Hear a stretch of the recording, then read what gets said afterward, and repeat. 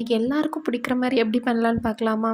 அதுக்கு ஃபஸ்ட்டு பாவக்காவ நல்லா ஓரளவு தோல் சீவிக்கோங்க. ரொம்ப சீவ தேவையில்ல. லைட்டா ரொம்ப முள்ளு முள்ளா இருக்கிறத மட்டும் கட் பண்ணி எடுத்துக்கோங்க. கட் பண்ணிவிட்டு இந்த மாரி ரவுண்ட் ரவுண்டா நல்லா கட் பண்ணிக்கோங்க. இப்போ இதோட கசப்பு தானே எல்லாருக்கும் பிடிக்காம இருக்கு. ஸோ அந்த கசப்பையே நம்ம எடுத்துட்டா எப்படி எடுக்கலான்னு பார்க்கலாமா? அதுக்கு கல் உப்ப சேர்த்து நல்லா பாவக்காவ மிக்ஸ் பண்ணி ஊற வச்சுக்கோங்க. ஊற வச்சுட்டிங்கன்னா அதோட கசப்பெல்லாம் ஓரளவு நல்லாவே குறைஞ்சிரும். இப்போ இந்த பாவக்காய் ஒரு 1/2 அன் ஹவர் நல்லா ஊறுச்சுன்னா, அதுக்கப்புறம் பார்த்தீங்கன்னா, அதில அந்த தண்ணி மாரி விட்டுருக்கும். அந்த உப்போடு சேர்ந்து அதுதான் அதோட கசப்பு. அதை நல்லா வடிகட்டி எடுத்துக்கோங்க. ஒரு சிலருக்கு சீட்ஸ் பிடிக்கும் என்ன மாதிரி, ஒரு சிலருக்கு அதோட சீட்ஸ் பிடிக்காது. பிடிக்காதவங்க சீட்ஸ் சேர்க்காதீங்க, பிடிச்சவங்க எடுத்துக்கோங்க. இப்போ இதை நம்ம மிக்ஸ் பண்ணி வைக்கிறதுக்கு நான் என்னென்ன எடுத்துருக்கிறேன்னா, 2 ஸ்பூன் அரிசி மாவு, 2 ஸ்பூன் கடலை மாவு, 2 ஸ்பூன் சோள மாவு எடுத்திருக்கேன். மிளகா பொடி உங்களுக்கு தேவையான அளவு, உப்பு, கொஞ்சோண்டு கருவேப்பிலை, இது எல்லாத்தையும் சேர்த்து நல்லா மிக்ஸ் பண்ணிக்கோங்க. மிக்ஸ் பண்ணிவிட்டு நான் இதை டீப் ஃப்ரைலாம் பண்ண போகிறது இல்லைங்க, தவா ஃப்ரை தான் பண்ண போகிறேன். இதே மாதிரி நீங்களும் பண்ணிக்கோங்க.